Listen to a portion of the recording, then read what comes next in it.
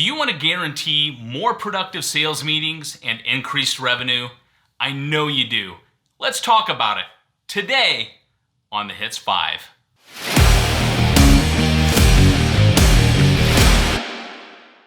Hello again, everybody. This is Brandon Grieve with High Impact Technical Sales, enabling and inspiring you to crush it in technical sales.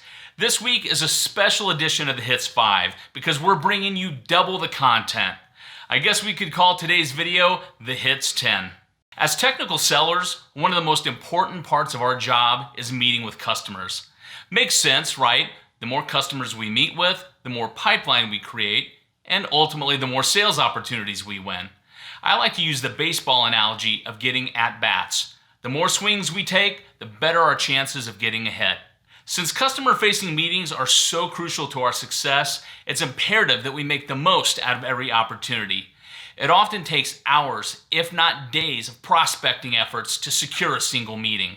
When we do, we usually only have one shot to make a good first impression, gain the customer's trust, and obtain agreement to move forward. This doesn't happen by accident. High-impact technical sales professionals are intentional in the way they plan for and conduct customer meetings. They leave nothing to chance and are masters of the meeting. In this video, we'll explore 10 best practices for killer sales meetings. But first, don't forget to smash that like button and leave a comment below. Let's dive in. Number 1. Define the purpose and goals of the meeting. Time is too precious to waste on pointless meetings. We must look at every minute of time we spend as an investment toward our and our customers' goals. To that end, before scheduling a customer meeting, ask yourself, what is the point of this meeting? For instance, if it's a first call with a new prospect, the purpose may be to validate that our solution will meet their needs for a new project. Just make sure that your goals and those of your customer are understood by all and in alignment. It's possible for you to have one goal and your customer to have another. It's also often possible for everyone's goals to be accomplished in the same meeting. What's important is to ensure that there isn't a direct conflict in what everyone wants to get out of the meeting. If conflict exists or the scope of the meeting becomes too large, you may need to schedule 2 separate meetings, or perhaps this customer isn't a good fit for your solution at this time. Number 2. Create a mutually agreed upon agenda in advance. Meeting masters are intentional in how they plan for a meeting, leaving nothing to chance. Even if you've had the same type of meeting 1,000 times before, don't take this for granted. Create a written, bulleted, or numbered list of every topic that will be covered during the meeting and send this proposed agenda to the customer in advance. You want to get their sign-off to ensure proper alignment, or if necessary, make requested changes. A couple tips here. Don't try to cram too much into one meeting. Cover only those items necessary to accomplish the mutually agreed upon goals of the meeting. If the agenda starts to become too large, it may dilute the original purpose and cause confusion. It's also a likely sign of too many goals and that the meeting should be split into multiple meetings. In short, your meetings should be as efficient and effective as possible. Number 3. Establish who should be in attendance. Have you ever been in a meeting with several attendees and wondered why some of them were even there? I sure have, more times than I can count. Heck, I've been one of those extras myself and wondered why I was there. This may happen for a variety of reasons, but don't be the perpetrator of this yourself. Who should attend the meeting? Well, review the purpose and goals of the meeting and the agenda. From that, determine the critical and minimum number of functions required to fulfill the meeting's purpose and complete the agenda. Any more than that can be a cause of distraction, confusion, and logistical issues. If the meeting is carefully planned in advance, this is usually not an issue. Number 4. Be aware of and prepared for the meeting logistics. If I had $1 for every meeting that was delayed because of logistical issues, I'd be sipping Mai Tais on a tropical beach right now. We've all been there. Such logistical issues include, but are not limited to, parking issues, sign-in or badging delays at the security or reception desk, finding a conference room with a whiteboard and or projector, connectivity issues to the projector, VGA versus HDMI versus ClickShare versus you name it, internet or Wi-Fi connection issues. I could go on and on. Fortunately, much of this can be avoided or worked around with proper planning. Prior to the meeting, make it clear to your customer what's required for the meeting. A conference room that can accommodate X number of people, internet access, conference phone, projector, whiteboard, you name it. Also, understand the requirements for parking, sign-in and security, types of connectors used by the display, and so forth. You get the idea. Don't wing it. I've seen this stuff kill what could have been an otherwise productive meeting. Number 5. Understand and validate the problem the customer is trying to solve. This harkens back to the first best practice. However, during the actual meeting, you want to go deeper than just what the customer's goal is for the meeting. This is where you want to engage in detailed discovery about the customer's challenge or project. Ask questions like, what exactly is the problem? Who all in the company perceives this to be a problem? What impact is this having on the business? What is the measurable cost of the problem in financial terms? What measures have been tried to solve it up to this point? What would happen if the customer did nothing? Again, these are just a few examples of good discovery questions. Regardless of the specific questions you ask, make sure they're relevant and help you get to the bottom of the real issues so you can determine if your solution is a good fit and to plan your sales campaign accordingly. Number 6, be prepared. If you followed the first 2 best practices and have identified the purpose and agenda for the meeting, you should have some guidance on how to prepare. You'll probably have a pretty good idea if the meeting is simply a discussion, i.e. a discovery, a whiteboard session, a presentation, demo, or something else. First and foremost, do your homework on the customer. Visit their website, review publicly available financial reports, ask partners, etc. Understand their business. If it's a discovery session, come prepared with relevant and thought-provoking questions. Whatever you do, don't ask basic questions like, so what do you guys do? You'd know that if you'd done your homework. If you're giving a presentation, have your slides in order. Know them and deliver them with confidence. If you're doing a demo, ensure ahead of time that the demo environment is working properly and that you're able to connect. Have a roadmap for the demo and deliver what is relevant. The bottom line is, act like you've been here before. Be the professional. Number 7. Be on time, stay on time. This isn't just sales 101, it's common courtesy 101.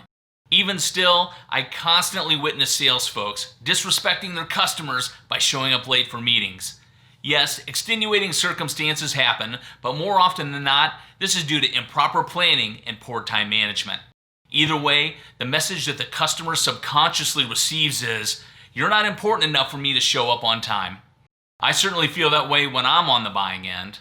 Just as important, you have to end the meeting at the agreed upon time. The customer may have other meetings or tasks to do afterwards and can't afford to give you an extra minute of time. Respect that. If you're in the throes of an engaging and productive discussion and the ending time is quickly approaching, at a minimum, acknowledge this to the customer and ask if they have 5, 10, or however many extra minutes to continue. If so, great. If not, excuse yourself as promised and try to schedule a follow-up to finish the conversation at a later time. Number 8. Establish next steps. Have you ever been involved in what seemed to be a good meeting, only to have it end with no clear direction or where to go next?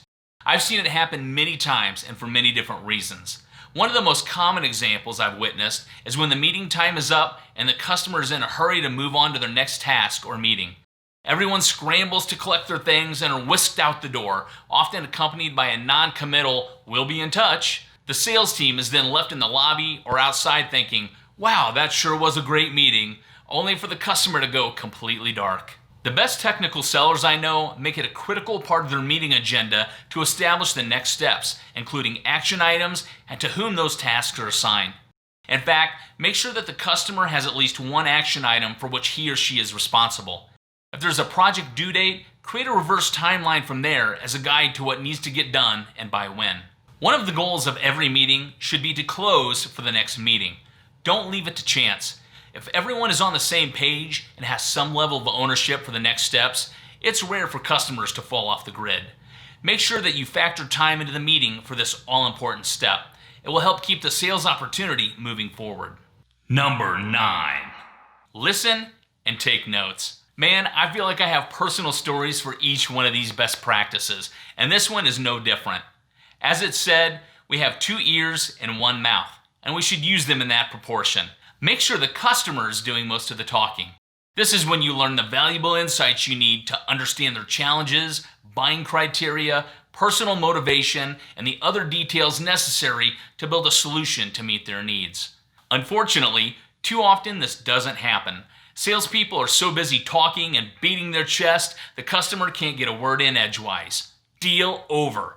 We need to not only give the customer adequate opportunity to speak and ask questions, it's imperative to capture detailed notes. This does a few things. Number 1, it sends a message to the customer that we feel that what they're saying is important enough to write down. Number 2, it gives us much needed details that we can use to build our solution. And number 3, it provides a reference that we can hearken back to in future conversations and validate our understanding of what they had said. As always, before we wrap up today's list, please smash the like button below and leave a comment. If you haven't already subscribed to our channel, please take a moment to do that too, and ring the notification bell to get a heads up when we publish new videos. Also, visit our homepage at highimpacttechsales.com for more exciting content. You can also subscribe to our mailing list to be among the first to hear about the latest news. Finally, please follow us on social media like LinkedIn, Facebook, Twitter, among others. Number 10. Follow up. This should be a no-brainer, but the worst thing you can do is assume that the customer will actually instigate a follow-up, even if they've said we'll be in touch. Nope, that's your job as a sales professional. This is very easy if you've done best practices 8 and 9 from earlier. In fact, part of your next steps, which the customer should be well aware of, should be to set the expectation that you'll be sending a follow-up message, including a due-by date. This follow-up message should thank the customer for their time, recap the key discussion points, as well as re-emphasize the next steps and action items, including the owner and due dates of those action items.